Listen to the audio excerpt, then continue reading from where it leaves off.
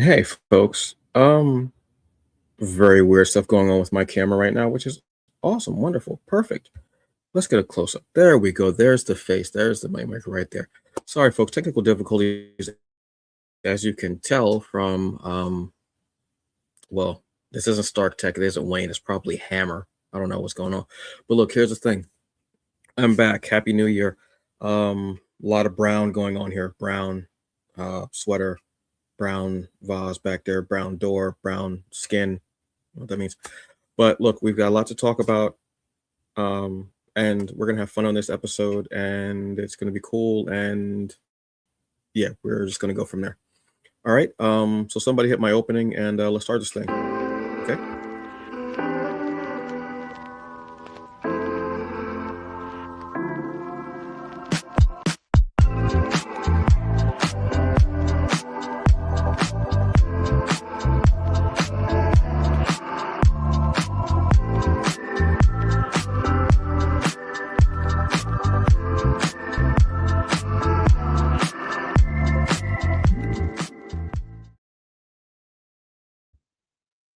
Hey, folks, what's up? It's the Hungry Bleak Show.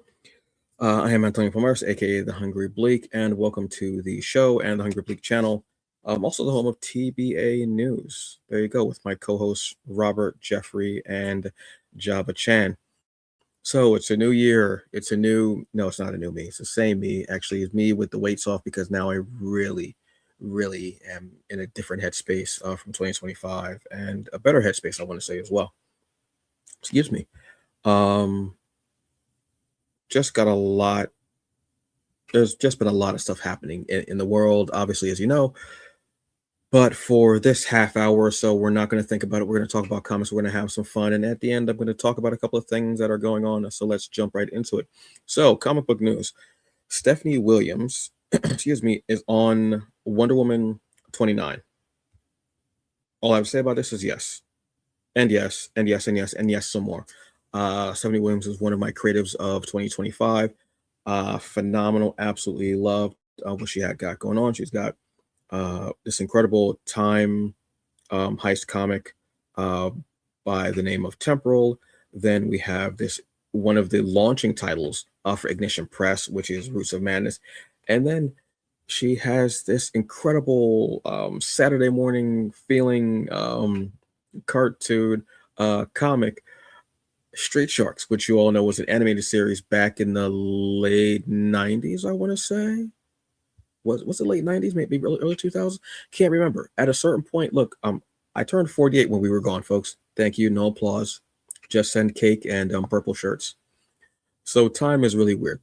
But now she's going back to Themyscira and the world of the Amazons with Wonder Woman 29.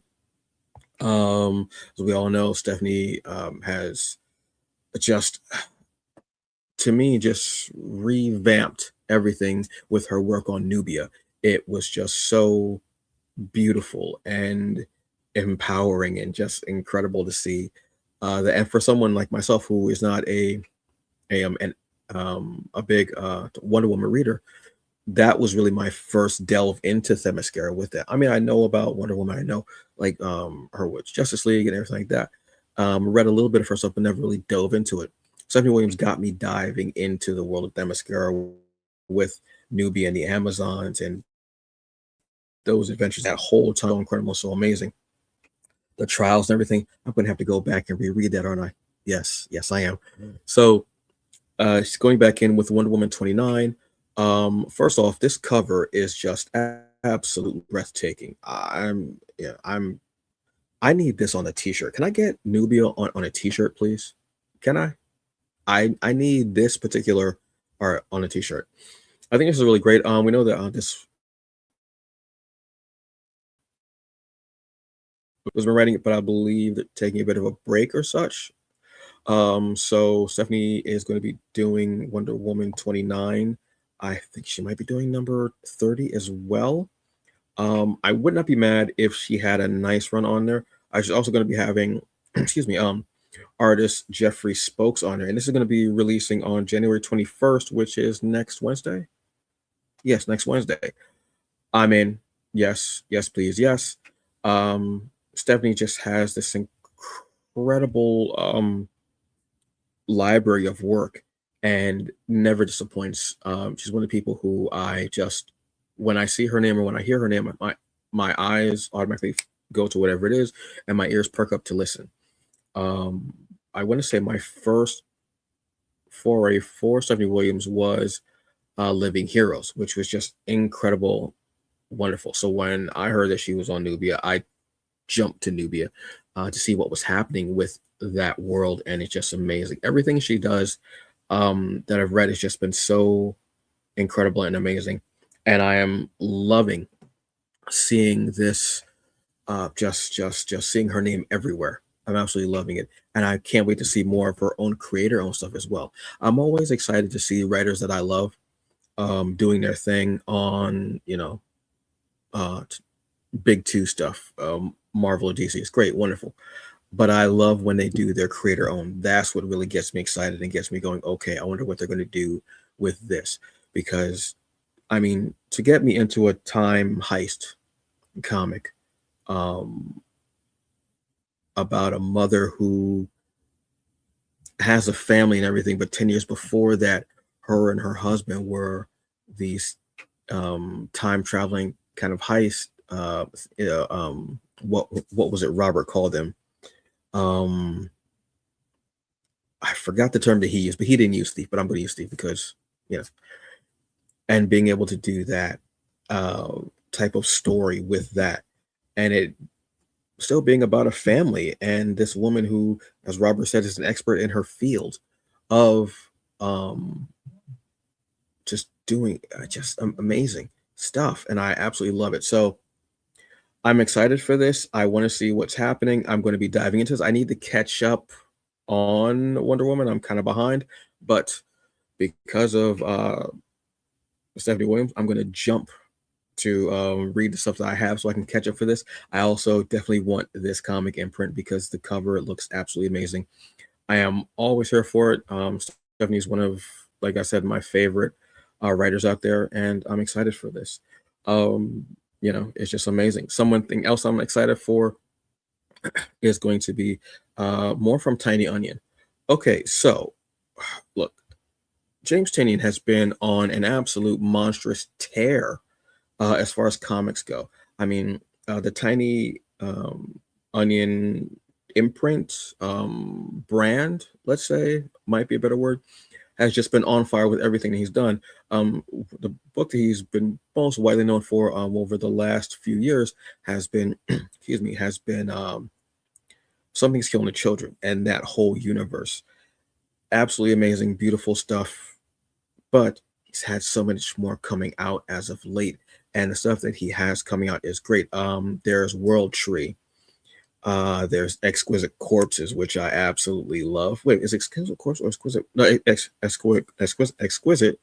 Easy for me to say. Corpses. Trying to think of everything he has. There's so much under that imprint. Well, they're also everything from a Tiny Onion. It feels like is also becoming a movie or an animated series. So the next thing we're going to have is Exquisite Corpse, which is one of the latest works of Tinian and Tiny Onion. Basically, this is the story of what is happening here. This is going to be the story of it's these groups of families from all over from each of the states, and they have like killers. They have these their chosen killers. They're chosen, let's say Avatar or champions. Champions is a better word.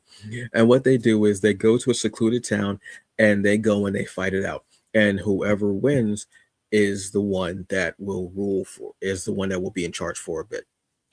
Unfortunately, the people in this town are fodder and they can be killed during this whole situation. They're just bystanders.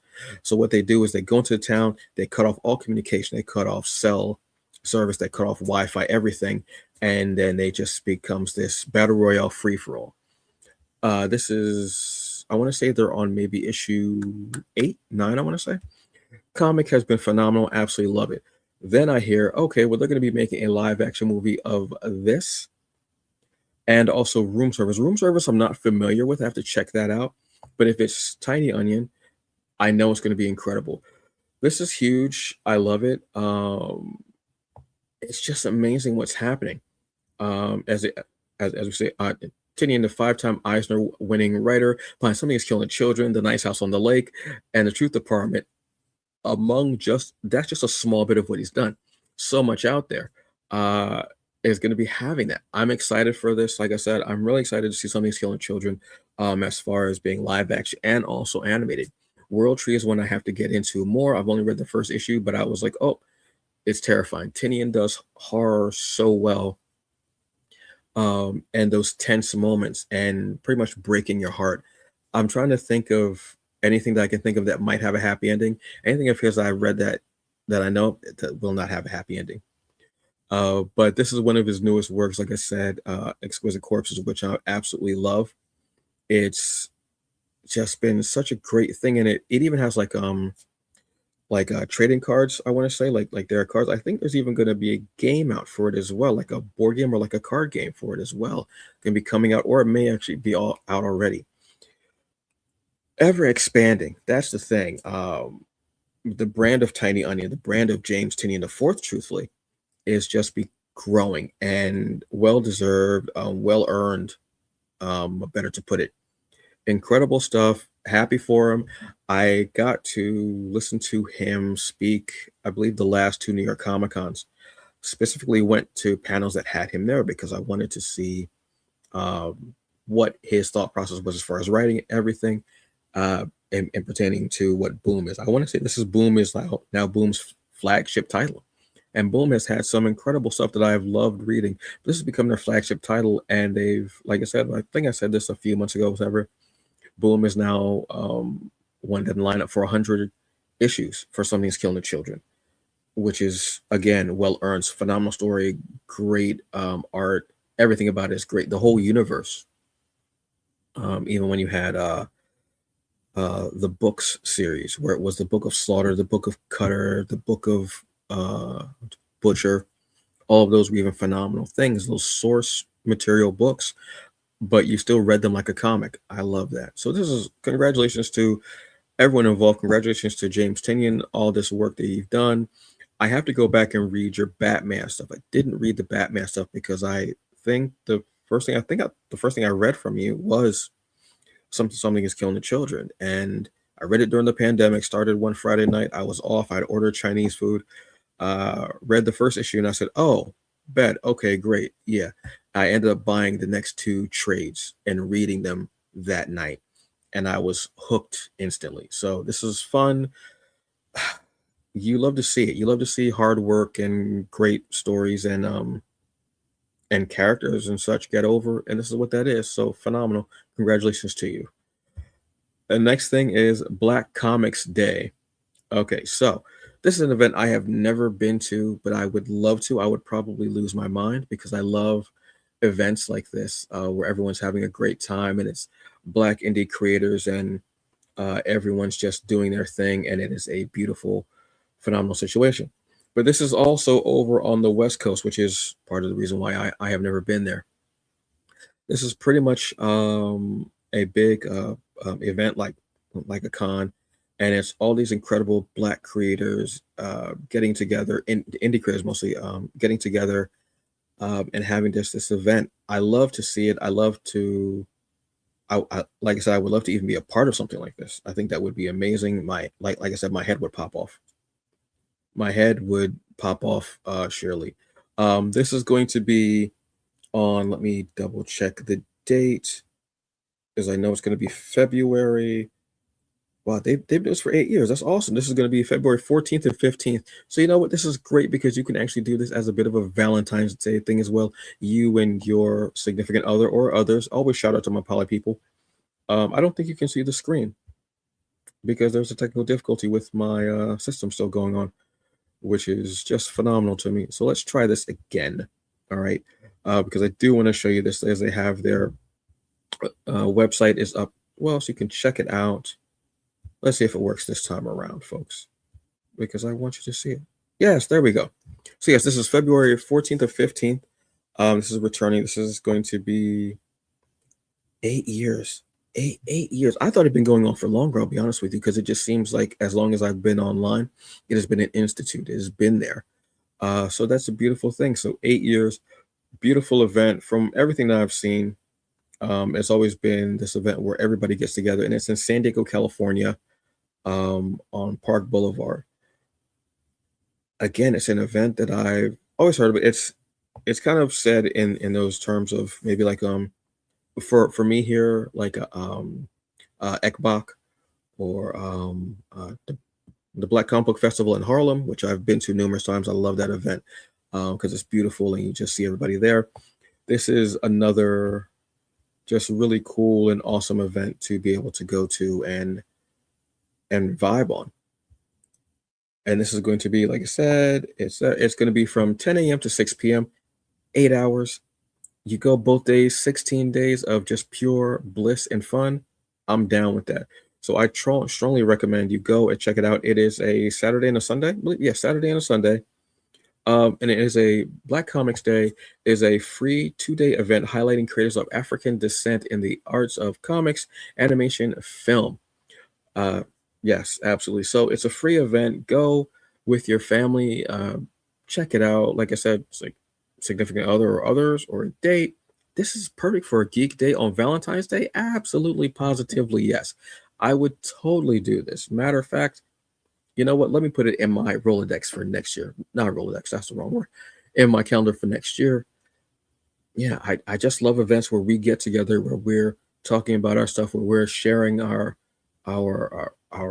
stories and our collections in whatever medium it is, and and platforms, and just putting out to the people and loving it and bringing more eyes to our stuff for us, by us. Fubu is indeed real. It's not. It's, I don't know if it's still real. I honestly don't even know if they still do it. So yes, that's awesome. February 14th and 15th, Black Comics Day on the West Coast. If you are out there, please go and see. I think I've already seen the roster, and I'm like, these are all heavy hitters. So Murderers Row, as always, as always. So that was everything for comics news. A lot of great events. There's going to be more stuff coming up as well. But February, as you know, is Black History Month. I like to call it Black Excellence Month because it's not just about the history, it's about the here and now, and it's about the tomorrow. And there are a lot of people out there doing it. But next up, we're going to talk about Kickstarters. Now, Kickstarters, you know, are a favorite of mine. There's always something great and new and fun out there.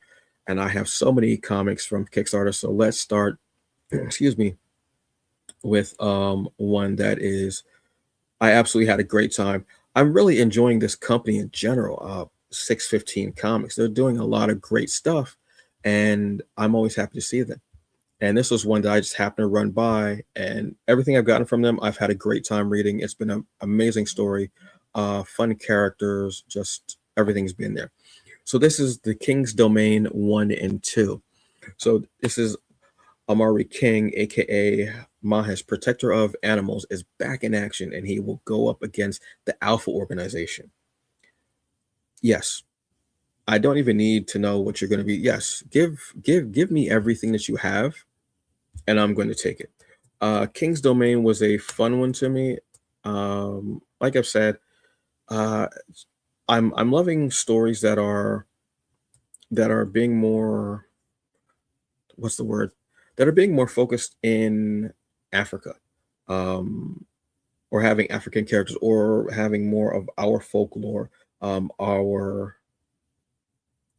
our mythological creatures, characters, whatever, like anything from our folklore, from our culture, I'm loving. So seeing more of the characters from our culture, seeing more characters from the diaspora, and them becoming heroes or vigilantes, or whatever it is that you want to call it, I'm here for. I'm absolutely here for. This was a fun one because of the fact of it was a character who was a martial, who was a mixed martial artist, and who begins to, what's the term that I could use? Who begins to develop his powers. I'm a fan of mixed martial arts. I haven't watched mixed martial arts in quite a while. But when a character who begins to start feeling these feral powers, and that animalistic nature coming over him, I absolutely love. Especially the fact of he's against animal cruelty, which was something also, I can think of maybe one or two comics that have had that as one of the main characters' attributes, that they're against animal cruelty, and that's part of why they're doing what they're doing. There was a comic from, I think it was called Blowfish Studios years ago. I can't remember the name of it, but I love that fact. Also, I love the character design. Character designs always get me. A character, if you get a good character design, I will lose my damn mind. I will. I will lose my mind. This is issue 1 and 2. Like I said, one came out, I want to say last year or so, maybe. Excuse me for a second here, folks. And it just really blew my mind away because of the fact of, again, a different aspect. African characters against animal cruelty. Just an awesome thing to see. And character design, like I said, I love the look of the characters, the feel, the vibe, the flow. I love when you can give me characters that look different, that have different hair, that have different skin tones, that have different body types. I want to see a variety. I don't just want to see all, 6'3" chiseled, what have you. Sometimes, look, I'm 5'5". Give me somebody who's 5'5", who has a stepdad bod, salt and pepper in their goatee, um, you know, maybe just shaved head because the recede hair, because their hairline is treacherous as hell. Give me that. And someone who's fighting for animals, and not necessarily overpowered. Like I do love cosmic characters, but I also love characters that are sometimes more grounded, that are more street level, or someone that, or just characters that are more, I don't want to say street level grounded, but just more something that I think I would see if I was actually out. I do love cosmic characters, and there are some really cool cosmic characters out there that I could highlight a bit. But I love that, especially like I said, characters that are in that feral nature, in that feral state. I love. These are some of the characters from the comic as well. Gore, Komodo. Hope I don't butcher this name. Mawinja. Mawinja. I know I butchered it. And damn, that's dope as hell. Yes, bring it. So I love the look. Colors are always vibrant and pop as well. The art is beautifully done. It definitely complements the writing. Like I said, everything I've read from 615 Comics has been fun, and it's just been uh just a really great time. From there's a particular vigilante that is very brutal and flies. It has these black wings, and I love seeing black wings on a character, especially a black character. I love seeing black characters with wings. I absolutely do.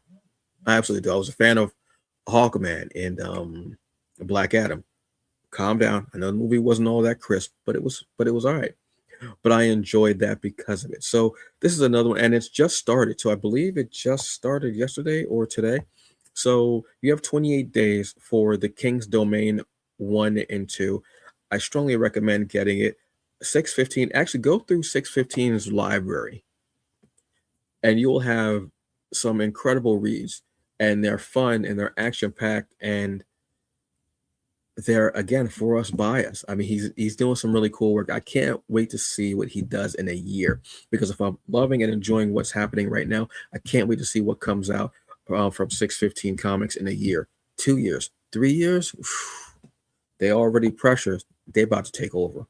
Outstanding. So yes, please go and get this one. It is absolutely fun.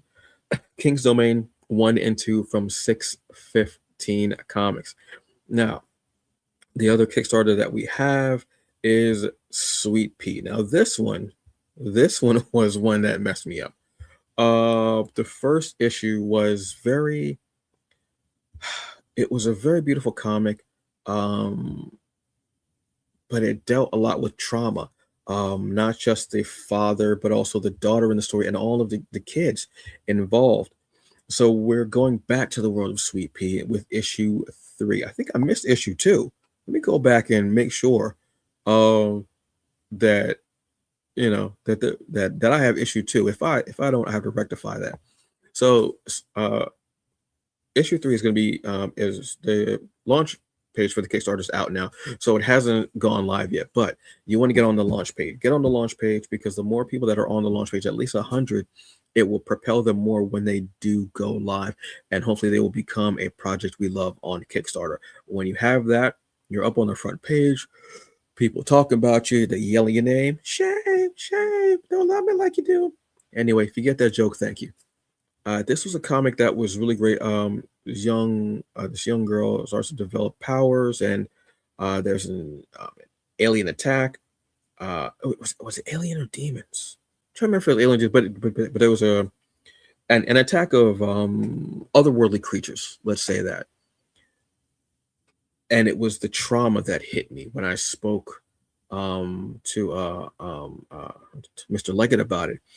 It was about the trauma of the father not knowing what's going on with his daughter, the trauma of the daughter when these creatures were attacking the bus that she was on with her schoolmates, and then trauma of the schoolmates as well. These kids, as some of them were being hurt, disfigured, and being harmed by these monsters.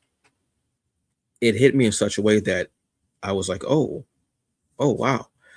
When you realize that a lot of comics are trauma, it's that character, that main character, that protagonist, even the antagonist or villain, how they're dealing with their trauma, sometimes positive, sometimes negative. But to see this one, excuse me, black father, black daughter, and the trauma that was going on, not just from everyday life, but from these outside otherworldly forces, it absolutely captivated me, and I had to speak to Aleem about it. I think I'm going to ask him to come back on again so we can go through. But I got to get. But if I don't have issue 2, I got to get that, because that caught me off guard. Because I'm like, I know I read issue 1 because it messed with me. Issue 2, I know there was something out there. So I got let me go back into my my hard drive and everything, make sure I got it. But this is another one that definitely it hit, and I loved how the art has just gotten better. So I know the story has gotten better, and it was just this really endearing story about a father and daughter. I love stories that are, when you boil it down to it, it's about a parent and the child and their interaction and how they go up against the world, whether they have an antagonistic interaction, whether there's a loving interaction openly and honestly, whether there's antagonistic but there's love underneath it, but they are both very hard-headed trying to get through it and figure it out. I love those stories because I can identify with that on numerous levels, just because of my own childhood and what I went through with my parents and what I still go through with my parents on certain days. But I love that in this form of comic. So yeah, check this out. Like I said, go to the launch page, let them notify you when it becomes available. All right. And that is everything for comics. Now, I do not have any comic book reviews. Why is that? Like I said, 2026, I had to rethink how I'm doing things with comics and everything, and reading so many comics, and it definitely can weigh on you. Oh, and hello, Dominic Fry, and Fry. Now I'm hungry. Jeez, I messed up. Hope you're having a very good evening. Thank you very much for being here. And how I'm looking at comics. So I started to lose my way with comics and not reading things as much as I loved, but because I thought I had to read them so I could talk about them. That's over. I'm reading what I want to read, what's enjoyable, talking about that obviously, and going that route. It's about quality, not quantity. And that's what I want to give y'all, is more quality. Not that the comics I don't tell you about are great, because they're phenomenal. If I didn't like them, I would not be telling you about them. But sometimes you just gotta kind of pull back and let them know. And there are so many other things I've been getting into as far as anime. I watched an anime with subs the other day. Good, that was crazy. But I really wanted to watch it, and I wanted to see the different side of it. So that was pretty cool. Yeah, so there's that. And 2025 was just a very odd year for me. But one thing I do want to let you know is that I'm still here on Fridays to let you know. Wellness Check Friday. I hope you're doing well. I hope you drank water. I hope you stretched. I hope you exercised. I hope you got your mind feeling good. I hope you took your meds, whether it's a physical or mental ailment. I'm not judging you. I just want to make sure that you're the best you that you can be. I'm doing the same myself this year. Like I said, I'm pulling back, stepping away from social media a lot. I'm not I don't believe that I can't make time, but I can find time to enjoy the things that I truly do. And 2025, I found time to enjoy things and people more. And I was very proud of myself with that. And I stepped away from, from people who weren't reciprocating, who weren't giving it back. Because what's the point of that? You know, went to a museum, found a waterfall in the middle of like Manhattan one day, had a great time. Went to a diner called the Morningstar Diner. I just love the name Morningstar. It's just funny to me. So doing things like that. So I'm on that journey as well for this year. 2026 is going to be that year, and I love that, and I truly do. But I will say the hungry spot. Okay, y'all know I love food. I'm gonna be telling you what's on my plate, but this year I'm gonna tell you what's not gonna be on my plate. I'm giving up a lot of potatoes, French fries, potato chips, what have you. Stepping away from potatoes. I know. It's wild, but I have to. It's a little too much. I got a little too much stepdad, but I gotta calm down with that. Also, bringing back the thing about pizza 3 times a year. Uh, Last year, unfortunately, got a little out of hand. I think I had it 5, 6 times. This year, 3 times. One of those times I actually waited and wanted it to be special. Is friend of mine and I went out. We had pizza. We had a great time talking about whatever. Um, had like a comedy show too, and we had a really cool time. We needed to talk and just really get into it. And I had this delicious barbecue pizza. It was, and I had olives. I had olives for the first time. I never had olives. They never look appealing to me. Had them, enjoyed them. Black olives, because solidarity. But the olive was a little too salty for me, and I watch my sodium. I watch all that stuff now. So yes, that's what's not on my plate. Sometimes I'm going to tell you what I'm eating, and sometimes I'm going to tell you what I'm not eating. What I still am getting down with is tea, obviously, and that's it. So, folks, that is the show. Nice, light kind of show, telling you what's going on, just a little bit of it, giving you some Kickstarters, letting you know about this new year. 2026 is a year of resistance, a year of culture, a year of community. That's what this year is going to encompass for me. And here at the Hungry Bleak channel, we are going to start doing that even more so because we care about the community and we want to let y'all know what's out there. This ain't about likes and shares and whatever that is. This is about us helping us, talking to us, and letting you know we got your back. And the weights are off. No holding back. Whatever. 2026 is a year of letting it all out and letting it go. And that's what means so much to us. Because we love doing this. We love vibing with y'all. We love it. And we're going to keep coming at you with it. I'm thankful for Robert. I'm thankful for Jabba. But like I said, Michael is I'm taking care of some things right now, doing this thing, doing what the brother does. But he also loves it as well and taking care of it. And I'm so happy to have these people with it. But I want more. I want 2 other shows to happen. I would love, but that's in due time. But when you come here, you're going to get that integrity. You're going to get some fun, but we ain't going to BS you. We ain't going to be loud. We ain't going to be flashy. This is what we do. This is who we are. All right.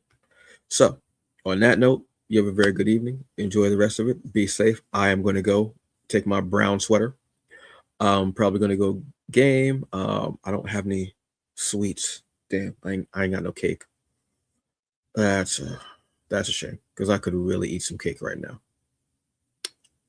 I'm gonna let that statement go. I am.